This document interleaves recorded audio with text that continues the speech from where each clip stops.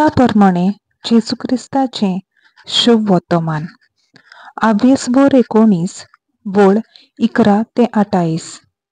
लोक हें आयकता आसतना ताणें आनीक एक वपार सांगली, कित्याक तो जेरुसल्याक लागीं पावलोलो आनी देवाच्या राजाची बेगीनच प्रकाशनी जातली म्हूण ती समजताली.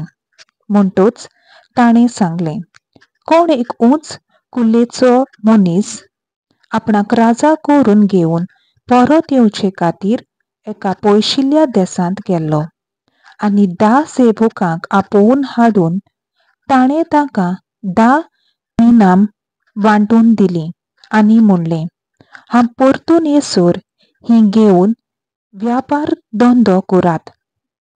तांचे गांवभाव तांकां जळटाले आनी ताचे फाटल्यान ताणें निरोपी धाडून अशें सांगलें, हो मनीस आमचो राजा जाल्लो आमकां नाका.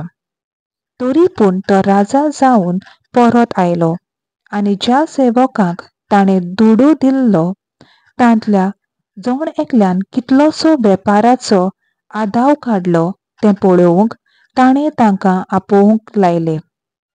पयल्यान येवन म्हणलें, दोनया तुज्यान एका मिनाम 10 मिनाम जोडलीं.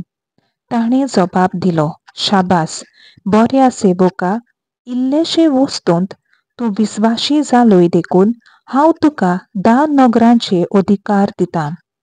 आनी दुसऱ्यान येवन म्हणलें, दोनया तुज्या एक मिनाम 5 मिनाम जोडलीं. आनी हाकाय ताणें म्हणलें, आनी तुका हांव 5 नगरांचेर अधिकार दितां. मागीर तिसऱ्यान येवन म्हणलें, दोनया तुजें हे पळे आसा. एका रुमालाक बांदून हांवें ते कुशीन दवरलेले, कित्याक म्हाका तुजी भिरांत आसली. तर तूं खोर मनीस, तुवें दवरूंक नाय तें तुका उखलून व्हरताय आनी तुवें वोंपूंक ना तें तूं लुवून उबारताय. राजान ताका जाप दिली, आरे नसत्या चाकरा, तुजींच उतरां धरून तुजेर हांव कास्तीचें फर्मोण मारतां. हांव खोर मनीस, हांवें दवरूंक ना तें हांव उखलून व्हरतां आनी हांवें वोंपूंक ना तें हांव लुवून उबारतां म्हूण तूं तर जाणो आसलोय.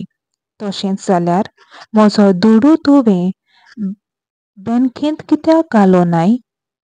परत येवन कोलांतरा सयत हांव तो घेतलो आसलो. आनी थंय आसलोल्यांक ताणें सांगलें, हाचे कडचे ते मीन काडून घेयात आनी 10 मिनाम आसात ताका ते दियात. आनी ताणें ताका म्हणलें, दोनया ताचे लागीं 10 मिनाम आसात मूं? तर हांव तुमकां सांगतां, ज्या कोणा लागीं आसा ताका आनिकूय मेळटलें, पूण ज्या कोणा लागीं ना ताचे लागचें हांव तें काण वेतोलें. पूण हांव तांचो राजा जाल्लो नाका आसलोल्या त्या म्हज्या दुस्मानांक हांगासर हाडात आनी म्हज्या दोळ्यां उजेर तांचो जीव काडटात. अशें उलयल्या उपरांत जेरुसल्याक चडून वचपाची वाट धरून जेजू फुडें गेलो. देवाचें उतर हें, देवाचो व्हड उपकार.